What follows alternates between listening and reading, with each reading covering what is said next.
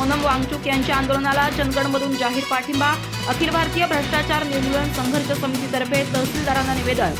विद्यार्थ्यांच्या शैक्षणिक प्रश्नांवर केंद्र सरकारनं संवेदनशील भूमिका घ्यावी अशी मागणी। देशातील विद्यार्थ्यांच्या शैक्षणिक प्रश्नांबाबत दिल्ली येथे समाजसेवक आणि शिक्षणतज्ञ सोनम वांगचुक यांनी सुरू केलेल्या शांततापूर्ण आंदोलनाला अखिल भारतीय भ्रष्टाचार निर्मूलन संघर्ष समिती चंदगडच्या वतीने जाहीर पाठिंबा देण्यात आला। या संदर्भातील निवेदन चंदगड तहसीलदारांना सादर करण्यात आलं। निवेदनात म्हटलं आहे की देशातील लाखो विद्यार्थ्यांच्या भविष्याशी संबंधित शैक्षणिक प्रश्नांकडे केंद्र सरकारने संवेदनशीलतेने पाहण्याची गरज आहे।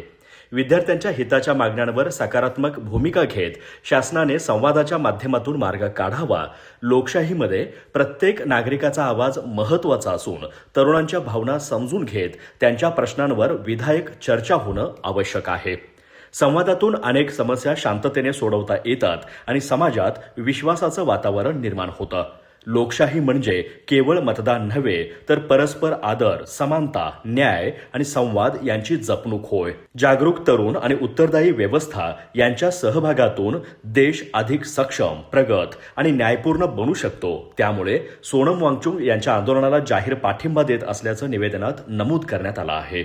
यावेळी समितीचे तालुका अध्यक्ष बापूसाहेब शिरगावकर, सचिव सुरेश दळवी, चंदगड शहर प्रमुख रणजित गावडे, नागनवाडी विभाग प्रमुख विलासकुमार विंजनेकर, हलकर्णी विभाग प्रमुख मनोज कांबळे, बेरड रामोशी समाजाचे संघटक रवी नाईक तसेच भुजंग नाईक उपस्थित होते। अधिक माहिती आणि ताज्या घडामोडींसाठी आजच आमचे चॅनल सबस्क्राईब करा।